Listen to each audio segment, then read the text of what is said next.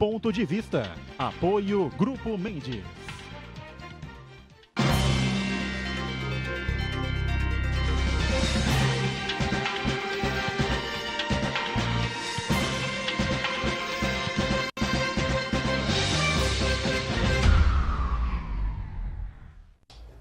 Olá, estamos começando aqui mais um Ponto de Vista, você sempre conferindo com a gente, acompanhando conosco os temas importantes, o dia a dia aqui da nossa região metropolitana, os assuntos da cidade e, claro, sempre a discussão e o debate aprofundado sobre os assuntos de interesse nacional também, né? As coisas que vão acontecendo na política, na economia, não é? Enfim, na exportação, na atividade da sociedade em geral. Não é? Lembrando sempre que o Ponto de Vista tem sempre a sua reprise, a partir das 20 horas, 8 da noite, aqui na Santa Cecília TV. Claro, estamos sempre ao vivo neste horário que você está acostumado, 1h30 da tarde, horário do almoço, tradição da discussão política e de todos esses temas que eu citei há pouco, né? Hoje aqui com a gente, à minha direita aqui, a psicóloga Thaís Santos, vai participar e colaborar com a gente e abordar aí alguns assuntos interessantes, né, que a gente tem no dia a dia, a virada do ano, todo mundo fica muito pensativo, criando aí novas ideias, novos projetos, enfim, chega no outro ano, parece que as coisas todas ficaram no papel, nada aconteceu, enfim, não sei se isso é do ser humano mesmo, as pessoas que não se organizam mais, não acreditam tanto em si, enfim, ela vai falar um pouco sobre isso aí, sobre esse tema interessante e outros assuntos, né, que a gente tem acompanhado aí no nosso dia a dia. Thaís, prazer receber você, tudo bem? Tudo bem, obrigada pelo convite, é um prazer estar aqui com vocês. Marco Santana na ponta, lá à direita, acompanhando sempre as redes sociais, né? As transmissões que fazemos aqui do Ponto de Vista, claro, e a sua participação, você que está sempre acompanhando a gente aí. Tudo certo por aí, né, Santana? Tudo bem, boa tarde a todos. Realmente, no final do ano, as pessoas sempre fazem aqueles planos, alguns mais mirabolantes que os outros. Alguns pretendem virar a mesa da própria vida radicalmente. E nem sempre os planos projetados se tornam realidade. E a Thaís vai ajudar a gente, quando digo a gente, todos nós mesmos, né? A planejar adequadamente e fazer com que nossos planos realmente transformem a nossa vida e se tornem realidade. Eu quero convidar você que participa, que acompanha o programa, participar do programa, mandando a sua pergunta, crítica, sugestão pelo Facebook, Ponto de Vista com Edgar Boturão, ou por e-mail, contato@pondevista.tv.br.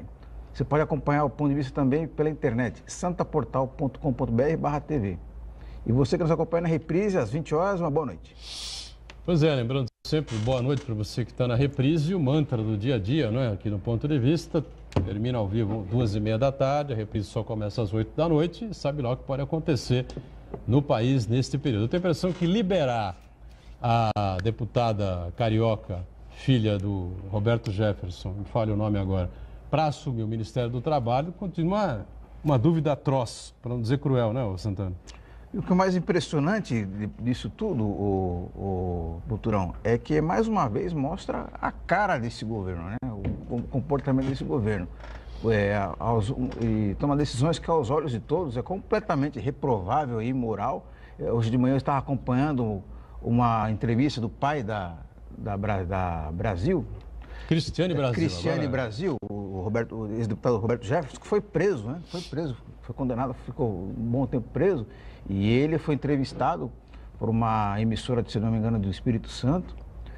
E ele fala que é a coisa mais normal do mundo, que ela tem as condições de ocupar o cargo, que se tomar lá da cá é a coisa mais natural do mundo, de que quando ela utilizava o funcionário da Assembleia Legislativa do Rio de Janeiro para seus interesses particulares, para levar no cabeleireiro, para fazer compras, para levar o filho na escola, porque ele acha que não dá para dissociar a vida particular da vida pública. Então, o funcionário que o contribuinte paga está a serviço dos interesses particulares da parlamentaria. E o Roberto Jefferson acha isso a coisa mais natural do mundo. E aí você vê como é que está o nível de valores morais do nosso Brasil. O presidente Michel Temer, ele tomou uma decisão completamente imoral, a ponto do Poder Judiciário ter que interferir. Muita gente questiona essa decisão, se realmente o Poder Judiciário tem essa capacidade de interferir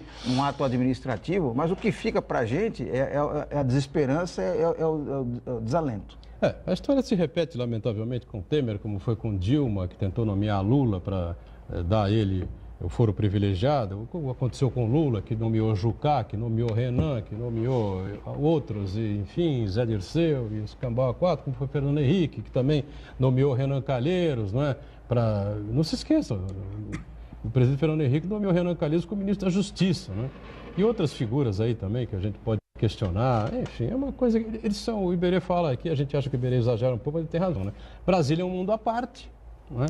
Eles fazem lá o que querem, o que acham que é melhor para eles, enfim, e o povo que se dane. Agora parece que as coisas estão mudando, né? Realmente a justiça interfere diretamente nesse caso, nem sei se deveria, sinceramente nem sei se deveria, porque um ato é um ato do presidente da República, a nomeação do ministro, enfim, mas está aí a encrenca formada. Meu caro Esmeraldo Soares Tarquínio, de Campos Neto, e que é coach também, né? E que participa com a gente mais uma vez. Tudo bem aí, né, Esmeraldo? Tudo bem, Edgar. Uma satisfação estar aqui mais uma vez com você, com o Marcos e com a Thaís hoje. Exatamente. Thaís. Eu cheguei atrasado, porque vocês estavam falando desse momentoso assunto do Roberto Jefferson e Cristiane Brasil. Só uma palavra, sem comentar, duas, né? Sem comentários, porque... Acho que a gente tem que comentar, sabe? Não, tem que comentar, mas a inadequação moral, a inadequação ética é tão grande num assunto desse... Sim. Que é a ética deles, né? Dentro da ética... Ética é outra questão discutível, hein? A gente estava conversando há pouco sobre uma série de outros assuntos, né? Porque a gente vai aproveitar o gancho aqui do Jornal da Hora do final de semana e debater um pouquinho essa questão da virada do ano, até um artigo importante, interessante que o Esmeraldo escreveu, foi publicado no Jornal da Tribuna recentemente, a virada, não é? O ano bom, né? Que a sua avó dava para você. Antigamente o pessoal falava mesmo, né? Ano bom, né? Hoje em dia é muito difícil. Só quero destacar aqui o Jornal da Hora de hoje, está aqui em formato tabloide, e Jornal da Hora, que está aqui a manchete, não dá para ficar parado, né? Hoje circulando aqui em formato tabloide por toda a região metropolitana, não é, Santana? Exatamente. As tendas de verão, que quando não foram instaladas, fizeram muita falta para a população, que afinal oferece atividades físicas, culturais, esportivas gratuitamente, elas retornaram agora com força total, oferecendo vários serviços à população, que é muito importante, além de promover a qualidade de vida, que tem desde zumba até tai chi chuan, passando por lamba aeróbica, axé e alongamento, por aí vai, uma série de atividades. Além de promover a qualidade de vida, também estimula a interação entre as pessoas, né? O uso do espaço público, que é uma coisa muito importante nos dias de hoje, que as pessoas ficam muito demasiadamente conectadas nas redes sociais. Então, Thaís, antes da gente entrar nesses outros assuntos todos, enfim, rapidamente uma avaliação sobre isso que acontece, nessa questão da ética, né? Que parece que cada um tem a sua, né? Uhum. E depois de tudo que aconteceu, do Mensalão, da Lava Jato, o Petrolão, essa coisa toda, e os filhotes, aí, as filhotes da Lava Jato pelo Brasil afora, gente presa, cumprindo pena, grandes empresários, políticos, né, que tiveram cargos e perderam o foro, outros que estão aí como réus, condenados. Temos o julgamento do Lula agora dia 24, que deve obter aí a atenção geral do país, enfim. Uhum. Mesmo assim, essa gente não muda o seu comportamento, né? Uhum. Isso é nato, isso é o grupo que se forma na capital federal, o mundo à parte que eles fazem, que eles vivem. Na verdade, que avaliação você faz? O ser humano é um ser biopsicossocial, né? Ele se compõe de todas essas partes. Então, do convívio dele em sociedade, da saúde física dele, da saúde emocional. E a partir do momento que você vive em um ambiente em que uma coisa é naturalizada, é muito difícil de você agir de uma forma diferente, né? E a gente está num momento de saber coisas que aconteceram durante muito tempo e que se tornaram naturais, infelizmente. Dado esse momento em que as coisas estão sendo questionadas, né? E claro que essas pessoas sabiam que essas coisas estavam erradas e mesmo assim faziam dessa forma, Agora é o papel de cada um, nós como cidadãos, tomarmos cuidado com o nosso voto, que é o poder que a gente tem esse ano aí, né?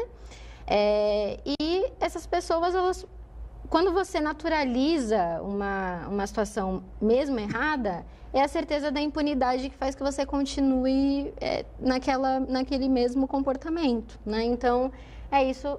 O que muda o comportamento dessas pessoas é saber que fazer isso terá outra consequência, existe uma chance de uma mudança de comportamento, né? Então, as condições precisam mudar, as condições políticas precisam mudar para que essas pessoas enxerguem que a política mudou e que não dá mais para fazer desse jeito que sempre fizeram, né? Por aí, Esmeralda? Sim, sem dúvida nenhuma. Eu queria fazer um complemento em relação a isso, que é o seguinte, eu vejo que grupos sociais procuram estabelecer comportamentos, porque é uma coisa natural do ser humano agregar, como ser gregário, então ele quer estabelecer regras de comportamento. E aí eu acho que realmente no caso do Roberto Jefferson, Cristina Brasil, essa turma e outros que tais, eles estabelecem, eles têm um código de ética, eles têm um padrão ético próprio, né? Próprio daquele grupo. E isso é uma coisa quase impenetrável, porque você só penetra quando está no mesmo patamar deles, ainda assim com alguma graduação interna dentro do alto clero, médio clero, baixo clero e tal. Mas é uma pena, porque a ética deveria evoluir com a evolução da sociedade, com a evolução dos tempos, com a evolução do mundo, da vida social. Mas você, lamentavelmente, às vezes tem algum travamento, um breque que faz com que as coisas não evoluam como poderiam evoluir. No fundo, a ética não deveria ser relativa, né? Não deveria. Ela deveria ser assim, o meu direito vai até onde começa o seu. Partindo dessa premissa, ético, né, desse preceito ético, teoricamente, o político, que é um servidor da população, deveria atender aos nossos... Não se sente assim. Até porque, muitas vezes, a população não enxerga o político dessa maneira também, né? Então, é nosso papel, e essa exposição que está vendo da política também é importante para deixar mais claro que quem é responsável, eles estão servindo a população, e que aí eles vão ter que atender às nossas necessidades e aquilo que a população deseja, né? E a população não quer mais ser enganada e roubada, né? E tudo isso. Então, infelizmente, a população não tem esses olhos, né? Não tem essa visão, né? De que quem é o primeiro servidor público do país hoje? Michel Temer, é o presidente da República. Quem é o primeiro servidor público do governo do Estado de São Paulo? Geraldo Alckmin. Esse, como já disse aqui 1 milhão de vezes, tem essa visão e assume essa maneira de ser. Ele cansa de dizer que o governante, o político, enfim, ele tem que se despir, né, de desejos outros e levar uma vida que caiba dentro do seu orçamento, como ele leva. Geraldo é um homem absolutamente... não vou dizer que é pobre. Bom, perto de outros caras que tem por aí, coitado, é um miserável, porque tem um apartamento aqui, uma casa ali e tal, e acabou, né? Perto dos bilionários que a gente vê aí na política, que é o servidor público número 1 das prefeituras nossas aqui, são os prefeitos. Mas o cidadão, infelizmente, enxerga de outra forma a sua excelência, entendeu? Lamentavelmente. Outro tema que está batendo muito aí, criando uma enorme polêmica internacionalmente, essa questão do assédio, né, Thaís? Recentemente foi no Globo de Ouro, na premiação do Globo de Ouro, que nos Estados Unidos, que as atrizes todas, né, foram de preto, né, para justificar a sua posição, a sua contrariedade contra a questão do assédio. E depois nós tivemos uma resposta da Catherine Deneuve, né, que simplesmente talvez seja, né, até hoje, a grande estrela do cinema francês, né, se não for uma das 5 grandes estrelas, né, do cinema francês, e uma grande estrela também do cinema internacional, não tem dúvida nenhuma a respeito disso, batendo um pouco de frente com o discurso da Oprah Winfrey, que talvez seja a mulher mais famosa dos Estados Unidos, não sei se ainda é, né, com certeza, no período em que ela tinha um programa de televisão, ela era a maior influenciadora, feminina, né, uma influenciadora, uma figura feminina talvez de maior visibilidade, né, dos Estados Unidos. Mas você acha que esse debate está acirrado demais, está passando um pouco dos limites? As pessoas perderam um pouco o bom senso, ou é por aí mesmo? A coisa precisa ser discutida nesse nível. O que você acha, Thaís? Acho que a gente saiu de um período de extremo silêncio, né? Onde isso não era discutido, não era falado. E a partir do momento que as mulheres começaram a tomar coragem, isso começou a ser discutido por mais vezes. Não que de uma hora para outra isso começou a acontecer, é que de uma hora para outra as mulheres tomaram mais força para falar sobre esse assunto. Então, é um assunto que estava escondido, inclusive dentro do cinema americano, né? Como a gente viu. Uhum. Então, e está em todo lugar, está no ambiente de trabalho muitas vezes, está na rua, está na família, e a mulher nem sempre tem força para se colocar. Ainda hoje, muitas mulheres relatam que quando vão abrir uma queixa, né, de violência ou de assédio, elas são questionadas. Mas que roupa você estava? Mas onde você estava? Mas que horário você estava? Como se alguma dessas circunstâncias fosse uma justificativa para uma mulher ser assediada ou violentada de alguma maneira. Então, acho que estamos num momento importante de mudança de paradigma, principalmente com relação a essa causa da mulher. E é importante que as mulheres falem, sim, e se coloquem, e se sintam mais representadas por outras mulheres. E a coisa é bem antiga, né? Porque você vê que o Dustin Hoffman, por exemplo, está enrolado aí para responder um caso de um filme que ele fez há 40, quase 50 anos atrás, né? Dustin Hoffman está batendo na casa dos 80, né? 77, 78 anos, né? Sim. 77 anos, quase 80 anos, né? E está sendo aí pressionado, questionado, enfim. Eu acompanhei uma participação dele num programa de televisão, na TV americana, não sei se era Nova York, onde era, em que ele ficou incomodado com o questionamento. Ele falou, pô, mas peraí, estamos em 2000 e esse caso aí foi em 1900 e bolinha, né? Quer dizer... É aquilo que eu falei a respeito da evolução da sociedade. Provavelmente os costumes da década de 80 eram diferentes. Certamente eram diferentes dos costumes de hoje, os da década de 50 eram diferentes dos da década de 80. O fato de você ter uma população no Ocidente que tem um tipo de comportamento é diferente do comportamento dos povos dos países árabes, por exemplo, isso não é uma justificativa. Eu estou apenas fazendo uma observação sobre um comportamento social. Mas o fato é que, quando ele traz essa questão de um filme antigo, ou de um momento antigo da vida dele,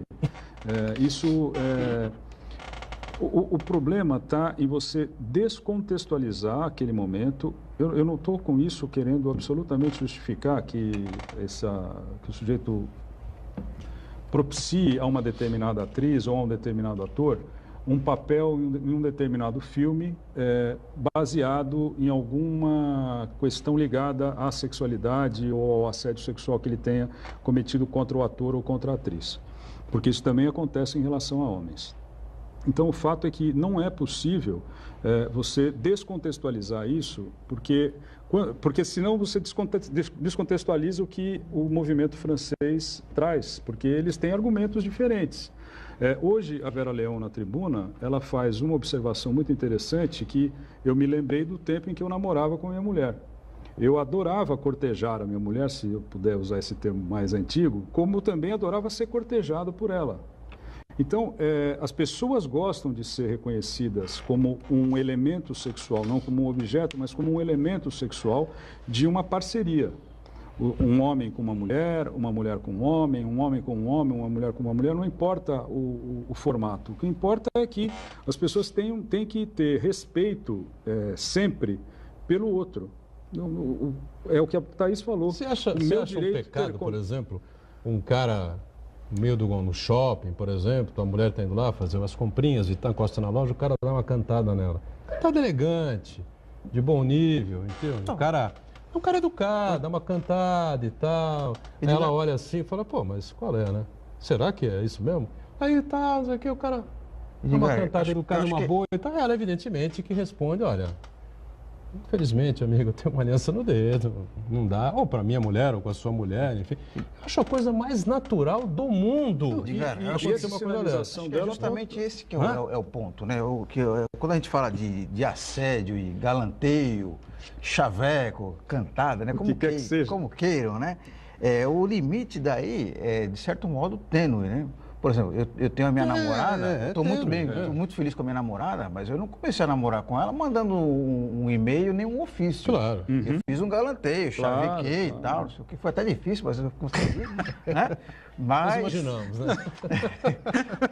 mas então, o limite é muito tênue, né? Porque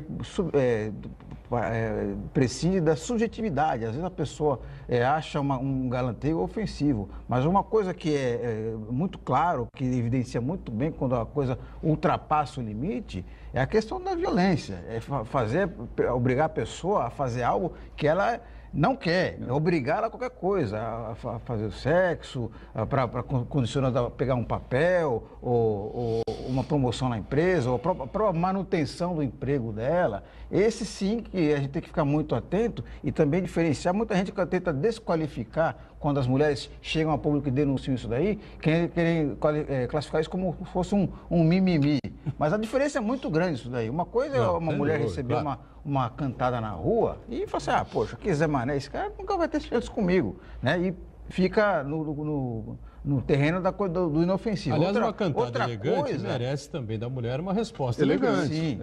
Outra coisa é obrigar a mulher, numa certa situação, a fazer algo que ela não quer. Aí sim, já além de ser imoral, né?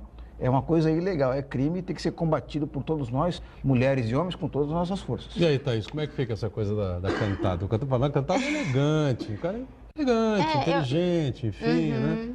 Assim, eu acredito, né, e o que eu vejo é que as mulheres elas não estão travando uma guerra contra os homens, as cantadas e nem contra os homens. Mas nessas matérias que eu acompanhei ontem lá, Globo News, enfim, Globo, Band, enfim, o pessoal meio radical, o pessoal que foi para as ruas de Paris lá depois, né, para responder a Catherine Deneuve foi meio radical já, entendeu? Os homens são isso, são aquilo, são não sei o quê, como quer dizer, então o que é? Vai viver, vamos viver entre elas? É assim? Vira uma guerra que não pode existir. Porque assim, gente, vocês são homens e vocês não vivem o dia a dia de vocês recebendo cantadas, né? E as mulheres vivem isso. Às vezes a gente está num ambiente de trabalho, que é um ambiente que a gente não quer ter abertura para esse tipo de coisa, e mesmo assim recebe uma cantada elegante, né? Então, assim, por que só as mulheres sofrem esse tipo de abordagem e os homens não? É sobre isso que a gente está falando, é sobre como as mulheres são vistas na sociedade. Por que a mulher pode receber um chaveco e por que os homens não, né? E por que diz que o homem não pode receber um chaveco? Mas muitas vezes, Edgar, uma coisa curiosa, o homem sente na própria pele isso que a Thaís está falando, quando ele recebe um chaveco, uma cantada, um galanteio de um outro homem. E aí ele percebe, porque ele não quer receber aquele tipo de abordagem, e aí ele fica ofendido justamente por isso. Então, eu acho que a partir daí você consegue perceber... Um homem receber uma cantada de outro homem? De outro homem, de um homossexual. Mas aí o cara não gosta, o cara gosta de mulher, vai receber uma cantada do homem. Mas a mulher a mulher não gosta porque por ela isso. É heterossexual que ela está a todo momento querendo receber cantadas, mesmo que ela seja solteira. Então, acho que a questão, o que a gente está discutindo hoje, não é a cantada, mas o porquê que você se sente à vontade em me dar uma cantada, sendo que em nenhum momento eu interferi o seu espaço achando que eu poderia te dar uma cantada, coisas desse tipo. Não é todo momento que a gente está à disposição. E o que é uma cantada elegante? Na sua opinião pode ser uma coisa, na minha pode ser outra. Claro, isso é muito relativo, né? Lógico. Então, só para concluir, o que a gente espera dos homens é que eles não já partam para esse tipo de iniciativa, mas se eu tô querendo paquerar alguém, por exemplo, né? Tô solteira, outra pessoa também tá solteira, tô querendo paquerar, vamos começar com uma simples amizade ou um bate-papo, né? E aí, se eu sentir um espaço, ou sentir que estou sendo correspondido, posso perguntar, o que você acha, né, da gente bem formal. Sair, fazer alguma coisa? Não é ser bem formal, porque essas coisas não acontecem assim, né, no dia... A gente sabe como acontecem as dinâmicas das paqueras, mas é que a gente simplesmente assim, não quer mais passar na frente de um lugar e que um homem se sinta à vontade de ficar a cantada elegante que eu quero dizer, só porque você é mulher. Não, a cantada elegante é mais ou menos aquela situação em que a mulher fica na dúvida, ela fica pensando, mas esse cara tá me cantando ou será que esse cara tá me elogiando apenas, enfim, sabe como é que é, não? Isso é uma cantada elegante, uma coisa que pode ter uma interrogação na cabeça Então, da mas mulher. aí você imagina, né? É uma coisa sutil, é a sua palavra certa. Parabéns, Esmeralda. Então, Parabéns. mas aí a gente Você foi muito bem. pensando, né, nos outros ambientes, pensando no ambiente profissional, então. Aí eu tô lá, eu sou, sei lá, uma secretária e eu sou elogiada pelo meu chefe. Eu não posso ficar na dúvida se aquilo é uma cantada ou não. Primeiro porque ali mas não aí é não é um uma ambiente área apropriado para cantar. Então, mas existe cantadas sutis em ambiente profissional, existe cantada em todos os ambientes e não adianta a gente fingir que não existe porque existe. As mulheres vivem isso todos os dias, né? E o próximo passo dessa cantada sutil no ambiente de trabalho, onde existe um nível de hierarquia, é condicionar a evolução daquilo para o futuro da mulher na empresa. Isso aí é um ato criminoso. na minha Isso opinião. que é a grande gravidade da coisa. Não sei se é tipificado, mas eu acho que é uma coisa criminosa, né? Mas Você- tudo isso não é explícito, entende? Tudo isso não é explícito. Eu não falo assim, eu não vou te promover porque você não é não explícito. correspondeu. Isso não é explícito. Mas a mulher sente na pele quando ela não é promovida ou quando, sei lá, outra pessoa não está mais sendo parceiro de trabalho da mesma forma porque ela deu um corte, por exemplo. Então, se isso tudo fosse explícito, nós estaríamos no melhor dos mundos, porque seria muito mais fácil de resolver. Me traz agora um pensamento que todas as pesquisas, IPEA divulga pesquisas anualmente, dizendo que as mulheres recebem, de maneira geral, menos do que os homens, e os homens negros recebem menos do que homens e mulheres brancas, e as mulheres negras recebem menos do que todo mundo. Sim. Cantadas? Não, salário. Dinheiro. Salário. Remuneração. E isso é pior do que o assédio sexual, que é o assédio no ambiente de trabalho, em que você, e aí para os negros, né, quer dizer, como extrato, como grupo do social, você tem para os negros uma disposição que é daquelas inalcançáveis, porque no Brasil não há racismo, não tem essa história? No Brasil não tem racismo. Imagina se tivesse. Nós somos uma democracia racial. Então, é fácil você fazer Uma democracia. Porra. Não é? É Triste, fácil hein? você fazer, porque aí você tem um gênero, mulher, então a mulher é assediada e aí você consegue identificar isso. Em relação a outros grupos, eu citei os negros porque foi o que me veio à cabeça, mas em relação a outros grupos, a outros setores da sociedade, você não consegue fazer essa identificação. Essa também é uma questão que deveria ser levantada, porque ela é tão cruel quanto o assédio em relação a mulheres. Sem dúvida nenhuma. A gente está em cima, estouramos aqui o bloco, vamos para um rápido intervalo. Na volta a gente amarra esse tema e entra aí no outro assunto interessante, que são as expectativas da virada de ano, os projetos que não saem do papel, essa coisa toda. Já, já.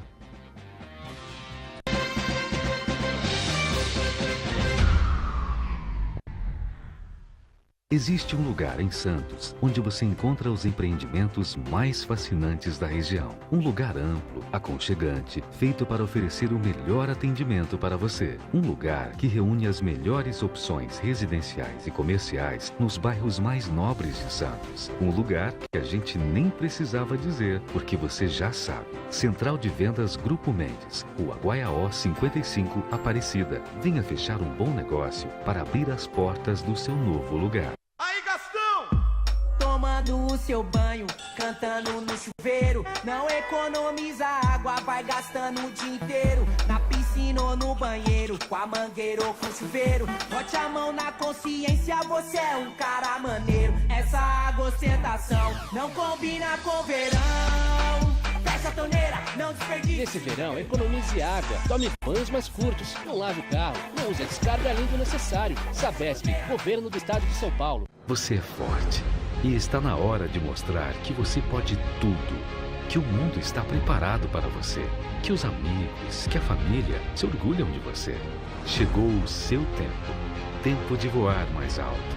Vá em frente, tenha foco e determinação. Não fuja dos desafios, pois são eles que te levarão ao sucesso. Supere. Deixe a Unisanta inspirar você. Orgulho de ser do Santa.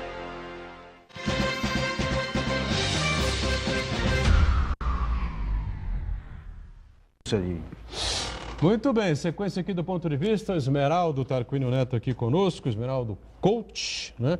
Ao lado aqui da Thaís Santos, que é coach também, psicóloga. Sim. E o Marcos Santana, atento aí. Tem algum questionamento aí já? Isso, o Uriel Vilas Boas participa com a gente. Ele pergunta o seguinte: dá para interpretar como oportunismo de algumas mulheres as denúncias contra certas figuras de prestígio público? Será que elas de alguma forma não colaboraram com a situação? E claro, essas figuras que abusaram merecem uma punição. Aí eu embarco no discurso da Thaís no bloco anterior, né? Estamos falando de seres humanos, de homens, de mulheres, enfim, né? Tudo é possível, né? Thaís, fica a palavra de um com a palavra do outro, enfim. Então, né? mas aí eu volto a essa discussão de por que quando uma mulher denuncia uma figura pública, né, de um crime que ele possa ter cometido contra ela, por que ela é questionada? Os homens não são questionados quando eles vão falar que, sei lá, são roubados ou que acontece alguma coisa. Por que a mulher é questionada quando ela vai denunciar um crime? É por conta de tudo isso, é por conta dessa imagem de que a mulher está tentando se aproveitar, de que a mulher imaginou que não foi bem aquilo que aconteceu. Então, assim, se não foi bem aquilo que aconteceu, por que a pessoa fez, né? Por que ela continuou uma coisa que ela não teve autorização, né? Então, é sobre isso que a gente está falando. Quando a gente fala da pauta feminista e da pauta de chega de assédio e chega de violência contra a mulher, é disso que a gente está falando, né? De validar a voz da mulher. A gente sempre precisa de uma validação, as pessoas sempre julgam, mas será que isso realmente aconteceu como ela está falando? Será que isso aconteceu dessa maneira? Isso não tem que entrar em questão, né? Isso tem que ser um crime, vamos investigar e vamos dar as devidas tratativas. Não tem que ficar questionando a vítima. Como é que você vai investigar uma situação dessa? Eu sempre me questiono com relação a isso, né? Porque ela está dizendo que foi, como é que eu vou dizer, assediada, né? Pelo determinada pessoa, e a determinada pessoa está dizendo: eu não assediei ninguém. Né? Ela concordou plenamente, nós estamos conversando, e a coisa foi rolando e rolou. Como é que você vai chegar a uma conclusão numa situação dessas? É muito difícil, né? Então, é a mesma coisa que a gente cai quando a gente está falando de violência contra a criança. É como se a gente estivesse falando assim, porque ele está falando e a gente não tem uma filmagem, uma imagem, e aquilo não aconteceu, quando não é verdade, né? Alguns crimes têm marca física, outros não, e assim por diante. Aí é uma questão que a polícia precisa se aprimorar um pouco mais, né? E a gente precisa partir para um outro debate, mas é disso que a gente está falando, de não ficar questionando se aquilo é verídico ou não, mas isso é um caso, aconteceu, e aí agora é parte da polícia ter seu dever de validar aquilo e seguir com aquela medida de proteção à mulher, né? O que acontece é que esses crimes muitas vezes são velados, né? Quantas famílias não têm problemas de assédio dentro da família, de violência? E aí você ter uma prova disso é muito difícil, né? Então, se a gente for ficar pedindo provas para as mulheres dos crimes dos assédios e das violências que elas sofreram, vai ficar muito difícil. Isso é um desvio de comportamento? O cara ou a mulher, né? Não sei. Que cisma de assediar, determinar, Isso é um crime, né? Agora, se a pessoa se ela tem uma compulsão, alguma coisa, ela tem que buscar um tratamento, aí estamos falando de outra coisa, mas nem todos os casos a gente está falando disso. Muitas vezes a gente está falando de uma pessoa que sabe que está fazendo uma coisa errada, mas ela simplesmente ignora o direito daquela outra pessoa que ela está violentando, seja uma criança, um adolescente, uma mulher, né? O que seja. Muito bem. Feliz ano bom para você, meu caro Esmeralda. Esmeralda escreveu, na Tribuna publicou recentemente um artigo interessante, né, sobre essa coisa do você desejar ao outro, né, o amigo, parente, enfim, irmão, tio, pai, filho, mulher, esposa ou namorada, sei lá, não, feliz ano novo e tal, tudo de bom, felicidade, aquela coisa toda. E o feliz ano bom que a sua avó dizia, eu me lembro também, né, minha avó, meus tios, enfim... Feliz ano bom, que a gente há muito tempo não escuta mais, né? E a gente queria colocar um pouco em discussão aqui essa coisa dos projetos, né? Programação que vira na nossa cabeça, depois daquela reflexão que fica ali para as proximidades do Natal, com a chegada do ano bom, né? Ou do ano novo, no caso, enfim, né? A verdade é que muita coisa a gente até exagera um pouco, né? Em projeções que dificilmente vão acontecer, Esmeralda. Não sei como é que você vê isso. Não, acho que projetar é fundamental, porque o que me chamou a atenção nesse do Feliz Ano Bom foi que uma amiga minha, ao me dar felicitar pelo ano novo, ela falou feliz ano bom. E aquilo, na hora, bateu o que a minha avó falava para as pessoas com quem nós convivíamos e tal. Ela falou feliz ano bom, feliz ano bom. Então isso foi uma coisa que me trouxe muito boas lembranças. Mas o fato é que no que eu escrevi o seguinte, porque a gente fica sempre numa posição defensiva e negativa, achando que o ano em que a gente está terminando foi um ano ruim, um ano que não valeu nada, a gente não conseguiu nada, um monte de coisa, a choradeira total. O ano pode ter sido ruim por um determinado aspecto, mas certamente o ano foi bom porque você acumulou experiências. Basta a você procurar exatamente transformar essas experiências que você classifica como tendo sido negativas em coisas positivas. Daí eu ter dito ali, Edgar, que nós precisamos planejar, desenvolver e executar ações que sejam ações que façam, sob o nosso ponto de vista, o ponto de vista de cada um de nós, que sejam positivas. Então, o que não se deveria fazer ficar nessa choradeira, que as pessoas... Claro, não estou dizendo que quem tenha tido um ano ruim não possa lamentar o ano, lógico que não. Mas, de maneira geral, alguma coisa de positivo você pode extrair de experiências negativas. Eu não sei se a psicologia faz isso de alguma forma assim, técnica, né?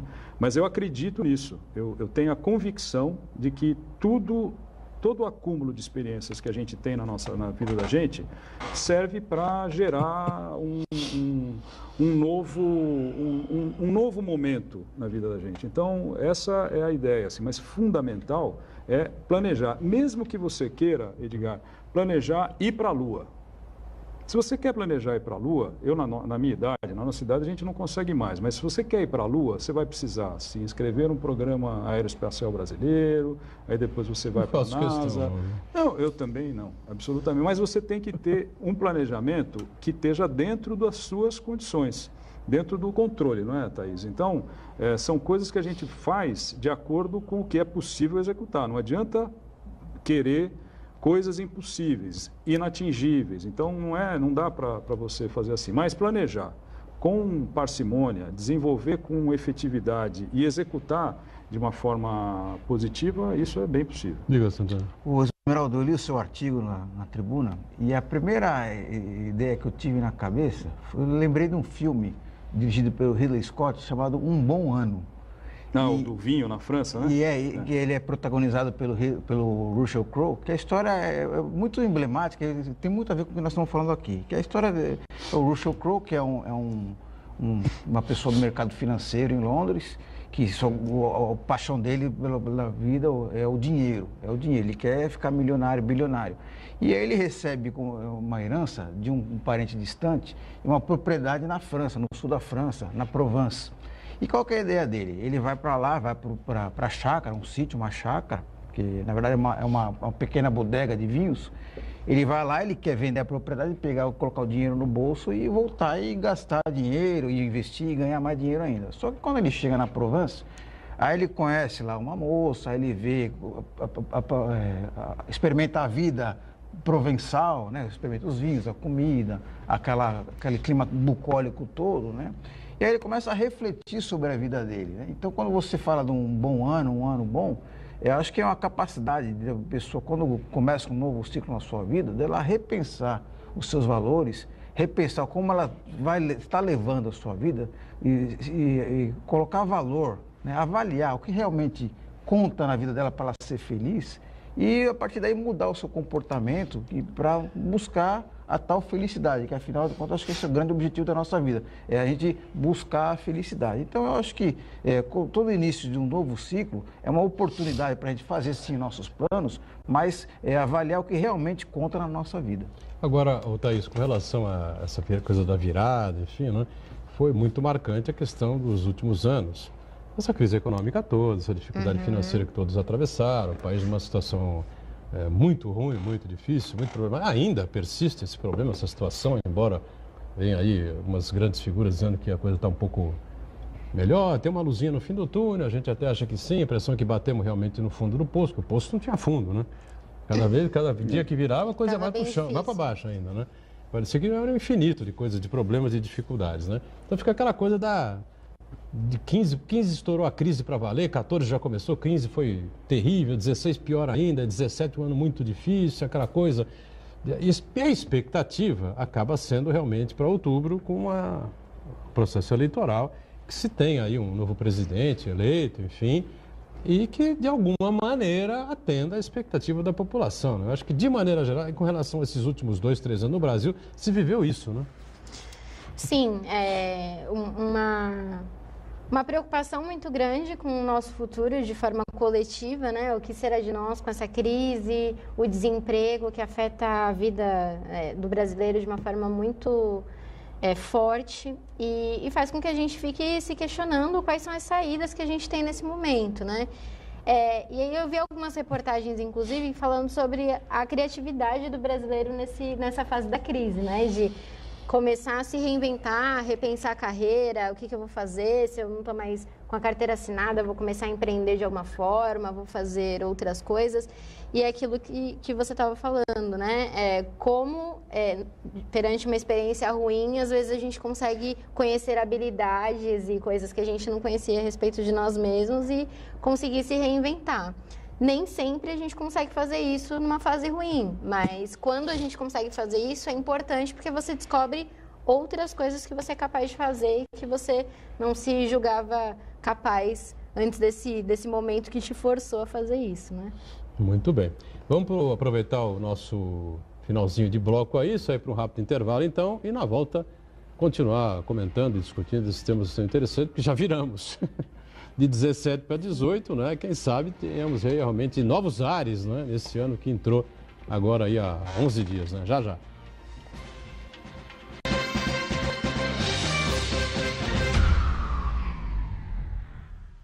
Existe um lugar em Santos onde você encontra os empreendimentos mais fascinantes da região. Um lugar amplo, aconchegante, feito para oferecer o melhor atendimento para você. Um lugar que reúne as melhores opções residenciais e comerciais nos bairros mais nobres de Santos. Um lugar que a gente nem precisava dizer, porque você já sabe. Central de Vendas Grupo Mendes, Rua Guaiaó 55, Aparecida. Venha fechar um bom negócio para abrir as portas do seu novo lugar. Aí, Gastão! Tomando o seu banho, cantando no chuveiro. Não economiza água, vai gastando o dia inteiro. Na piscina ou no banheiro, com a mangueira ou com o chuveiro. Bote a mão na consciência, você é um cara maneiro. Essa água ostentação não combina com verão. Fecha a torneira, não desperdice. Nesse verão, economize água, tome banhos mais curtos, não lave o carro, não use a descarga além do necessário. Sabesp, Governo do Estado de São Paulo. Jornalismo da Santa Cecília TV. As principais notícias da região na sua TV. Assista de segunda a sexta, Caderno Regional. 7h30 da noite com representação 10h30 da noite. Irineu Alves comanda o telejornal mais próximo de você, com uma super equipe de profissionais cobrindo os fatos na hora que acontecem. E durante toda a programação, flashes com notícias mostrando a sua cidade em tempo real. Jornalismo da Santa Cecília TV. Diferenciado como você.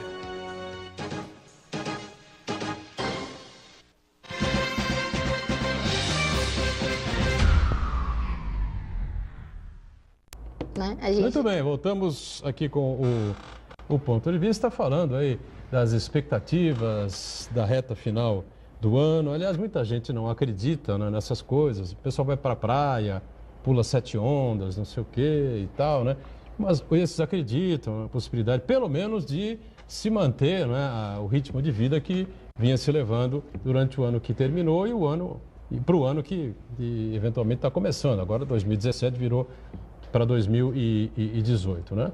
Na verdade, passou o dia 1º, dia 2, né? A vida continua, tá certo? Quem está de férias, a molecada não tem aula, enfim, muitos pais procuram juntar o período de férias para pelo menos passar uns 10 dias aí junto com os filhos, essa coisa toda, tá? Mas quem não pode, vai para a luta mesmo, vai trabalhar e tocar a vida para frente, né?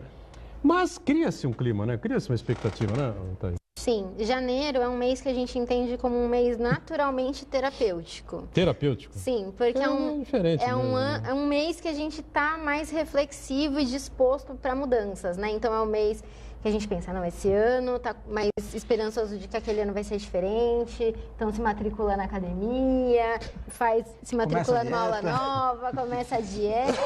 E isso é bom, porque é um mês que você está pensando, eu tenho mais 12 meses aqui para fazer as coisas acontecerem do jeito que eu quero que aconteça. É claro que o que vai fazer com que esse ano mude é a consistência dessa mudança, né? O quanto eu vou executar ela semana a semana, mês a mês, para que aquilo aconteça. E até tem uma campanha que começou em 2014, que muitos psicólogos apoiam, que é o Janeiro Branco, não sei se vocês já ouviram falar, que é um mês de atenção justamente a essa questão da saúde emocional, né? Que é para olhar quais são os meus projetos de vida, o que eu quero a partir de agora e tomar um pouco mais de cuidado e estruturar essa busca pela felicidade que o Marco citou, você inclusive. Você tocou um assunto bastante curioso, né? Com tantos e tantos anos aí de janela, né? Realmente parece que o mês de janeiro o pessoal vem um pouco mais, leve, né? Para participar dos programas de televisão e de rádio também, a época que a gente fazia rádio, enfim, quem sabe o dia, se Deus quiser, a gente volta, né, para fazer junto com a televisão, né? Só com o rádio não dá. Mas porque rádio é uma cachaça, né? Agora voltando ao tema, né, me parece que tem realmente essa relação. Eu não tinha prestado muita atenção nisso, mas fazendo essa reflexão, realmente acho que você toca num ponto interessante, porque Janeiro Branco, então, né? Mais uma cor aí, Sim. Da mesma forma que dezembro é um mês um pouco mais arrastado, assim, porque é um mês de fechamento de ciclo, né? Então, fechar um período, se preparar para o período de festas, parar para pensar em como foi o ano, e às vezes o ano não foi do jeito que a gente queria, e repensar, caramba, o que eu tenho que mudar, o que eu tenho que melhorar, um ano mais reflexivo. E janeiro existe essa disposição maior, natural, que a gente tem de início de ciclo, para começar o ano, né? Então, isso é uma coisa que a gente sente e isso é bom, isso é muito positivo, porque motiva e auxilia para criar metas e conseguir fazer elas acontecerem. Queria aproveitar a participação da Thaís aqui para ajudar todos nós a esclarecer uma grande questão, que é a tal da procrastinação, né? Que no português, claro, é o deixar, depois eu faço. Barrigar o negócio. Então, como é que a gente se autodisciplina para realmente, é importante a gente traçar metas, definir objetivos, mas mais do que isso, é colocar em prática. Então, como é que a gente consegue se condicionar a colocar os planos, tirar os planos do papel, na verdade, né? Certo. Bom, para vencer a procrastinação, a primeira coisa que você tem para fazer é assumir que você procrastina, né? Porque tem um monte de gente que não assume. Eu tô correndo, é muita coisa para fazer, eu tenho muitos compromissos.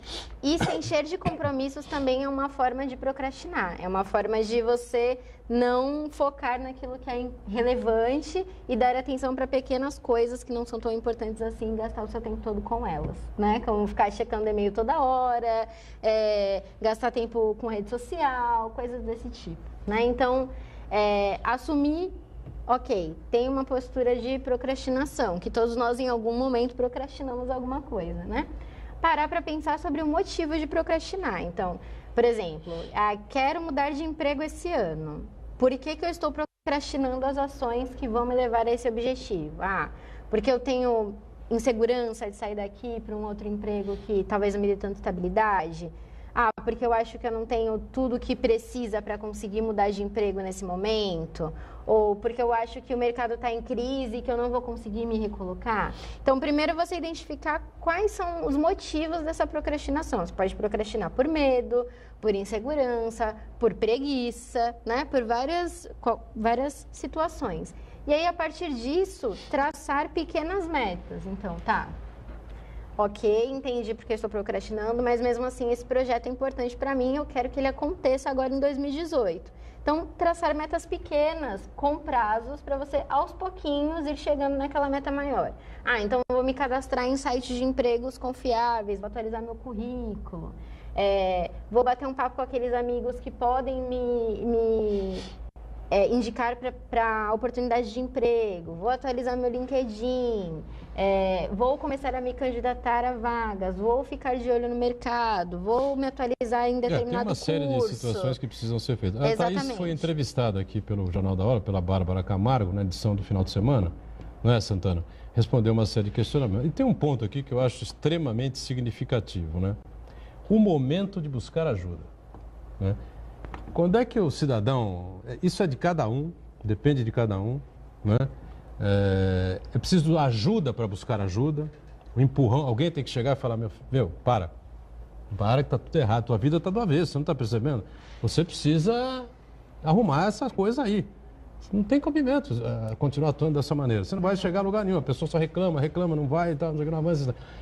Como é que se chega nisso? E qual é o momento que a pessoa... Se é que há um momento que a pessoa percebe, você precisa realmente ser ajudada para buscar ajuda, como é que é isso? Às vezes a gente precisa de ajuda para buscar ajuda. Às vezes a gente precisa que alguém de fora fale pra gente, olha, você está feliz com isso? Você está achando que isso está no caminho certo? Você não acha que você está precisando de apoio para conseguir fazer com que isso aconteça de uma outra maneira? Algumas vezes sim, né? Então, quando temos esse olhar de fora e conseguimos esse alerta, é importante.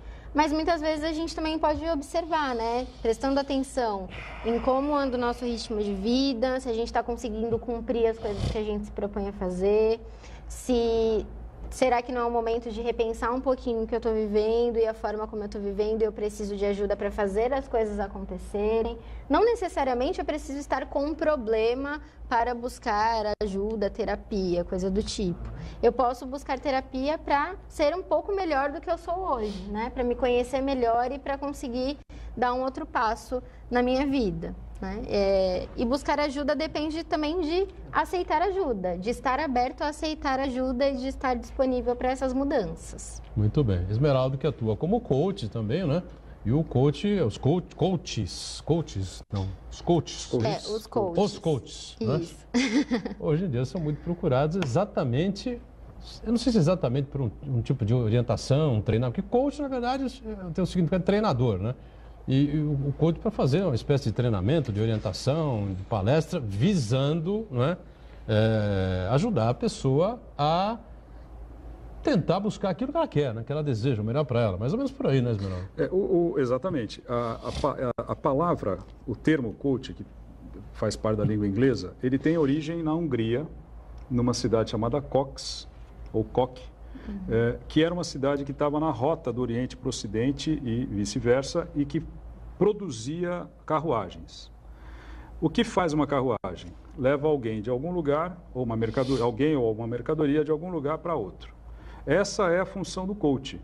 O coach, e eu faço questão sempre de dizer isso, Thaís, coach não tem nada a ver com terapia, com psicanálise, com consultoria, com aconselhamento, não é isso. Coach... Um processo de coaching, ele serve para conduzir uma pessoa do lugar onde ela se encontra para o lugar onde ela quer ficar, aonde ela quer chegar. É essa a função do coach. O coach não interfere diretamente, né? Quer dizer, o coach, ele é a pessoa que pode receber a indicação daquela terceira pessoa para o cliente, para o seu futuro cliente, mas ele não vai captar o cliente na rua. Ninguém, o psicólogo não vai fazer isso, o advogado não pode, o advogado não pode captar cliente, não pode fazer uma captação ostensiva de clientela. Então, o coach serve para isso. E aí, uma coisa que a Thaís falou que me chamou a atenção, e me lembrando aqui de uma situação. Você precisa, na procrastinação, você precisa fazer algumas diferenciações entre o que é importante, o que é urgente e o que é circunstancial.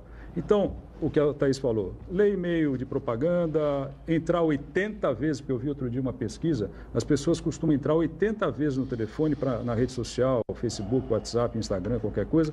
Então, você precisa separar o que é circunstancial, que não vai te fazer absolutamente nenhuma diferença do que é urgente. Urgente é uma coisa importante que você deixou para fazer no final do prazo. E o que é importante, efetivamente, você pode se organizar para fazer com que uma determinada meta curta, como a Thaís falou, uma meta curta de tiro curto. Então, você sai daqui e vai até ali. Você chega ali e prepara outro tiro curto Então, isso é você conseguir estabelecer as coisas que são importantes na sua vida. Se você não consegue estabelecer o que é importante na sua vida, vai tudo se transformar em urgência e o que é urgência vai também deixar de ser feito e você só vai fazer, ler e-mail, ver rede social, vai andar na praia porque perdi o meu prazo. Não, se perder o prazo, você vai perder mais coisas além do prazo, né? E perde... Agora, se a pessoa está descontente com o que ela tem, descontente com o lugar onde ela está, descontente com a maneira como ela age, como ela vive, enfim. Mas ela não tem nem ideia para onde ela quer ir. Aí é trabalho do coach ou já vai para o psicólogo, que é o caminho mais adequado? O coach faz isso. Também o coach ajuda também? Não, o coach faz isso. Essa é a função do coach. O coach vai, através de perguntas, não de induções, mas através de perguntas. Aí tem uma sistemática ferramental, onde você vai se utilizar, onde eu me utilizo e os coaches se utilizam de ferramentas. E aí, com estas ferramentas, ele vai gerar perguntas. Tem até uma expressão interessante que são perguntas poderosas, né? Uma escola usa essa expressão, pergunta poderosa. Então, o coach ele vai fazer essa orientação, sim, Edgar. É ele quem vai, através de perguntas, ajudando o seu cliente, que é o coach, né? Eu sou o coach, a Thaís é coach e os nossos clientes são os coaches. Durante um processo de coaching, ele vai fazer essa condução, através de perguntas e não de indução. Por quê? Uma característica que o coach precisa ter é a de assumir o que se chama de posição do coach, onde ele fica dissociado daquela relação, onde ele fica dissociado da realidade da realidade do seu cliente, mas ele se dissocia daquela imagem e ele vai conduzindo dentro da realidade do cliente como um observador e como um condutor. Eu só gosto de separar, e muitas pessoas perguntam, quando eu devo procurar psicoterapia e quando eu devo procurar um processo de coaching, né? O processo de coaching, como foi dito aqui, é um processo que vai te levar de um lugar para outro. Então, é um objetivo muito específico, né? Com prazo determinado e que você vai planejar ações para chegar lá. A psicoterapia é um processo profundo de autoconhecimento. Então, é um processo de mudança de forma geral, mudança enquanto pessoa, aprimoramento das relações e outras mudanças que vêm junto com esse processo profundo de autoconhecimento. Uma coisa que eu gosto de dizer é que para você fazer coaching, você precisa estar bem, né? Emocionalmente bem, saudável. Então, você precisa estar só com um aspecto da vida que você queira alavancar, e aí o processo de coaching vai te ajudar. A psicoterapia, ela vai te ajudar em outros aspectos de uma forma mais ampla e mais profunda, porque ele não tem um objetivo específico, né? É um processo de terapia com um prazo maior, mais estendido e mais aprofundado. Tanto é assim, Thaís, que eu já tive situações em que eu ou sugeri que o processo de coaching fosse interrompido para que a pessoa procurasse um outro tipo de auxílio, como uma outra determinada situação em que foi possível dar sequência ao processo de coaching condicionado ao início de outro tipo de auxílio. Exatamente. Sim. Acontece mesmo, mas precisa ter... somente profissionais com muito bom senso fazem essa avaliação, né? Porque para quem não está treinado como eu, não sou psicólogo, né? Para quem não está treinado como eu, às vezes é difícil. É claro que com a experiência você vai percebendo que há mais dificuldades em algumas pessoas e aí você faz esse... Cada um de um jeito, né? Cada um de um jeito. Cada um reage de um jeito, cada um consegue se programar de uma maneira, de uma forma, enfim, né? Mas o importante eu acho que é basicamente isso, né? Ninguém gira 180 graus assim, né?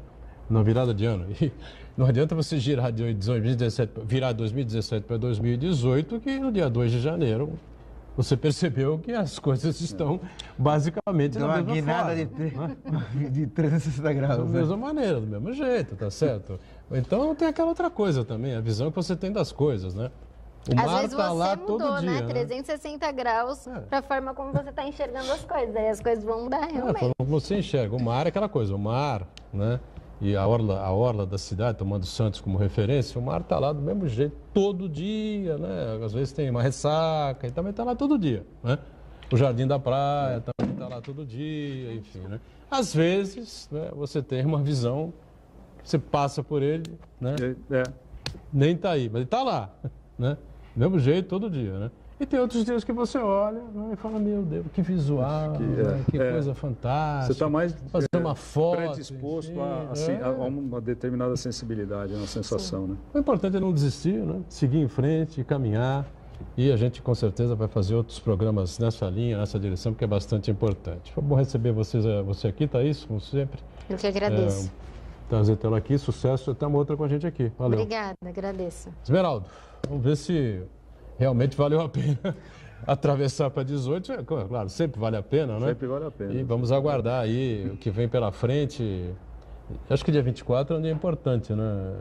Talvez dia 24 dia de decisão, né? É um marco, vai ser um marco não só para o dia a dia nosso, mas para a história do país, né? Porque o judiciário não pode procrastinar, agora foi sem hesitação, o judiciário não pode deixar passar, já que marcou, então que decida.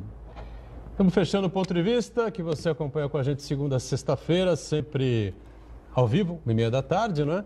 E sempre com as participações importantes. Esmeraldo já é titular aqui da bancada, o Marcos Santana está diariamente conosco, né? E a gente juntos, como eu disse, 1h30 da tarde ao vivo, o horário do almoço, e a nossa reprise às 8 da noite. Valeu, gente. Obrigado. Tchau.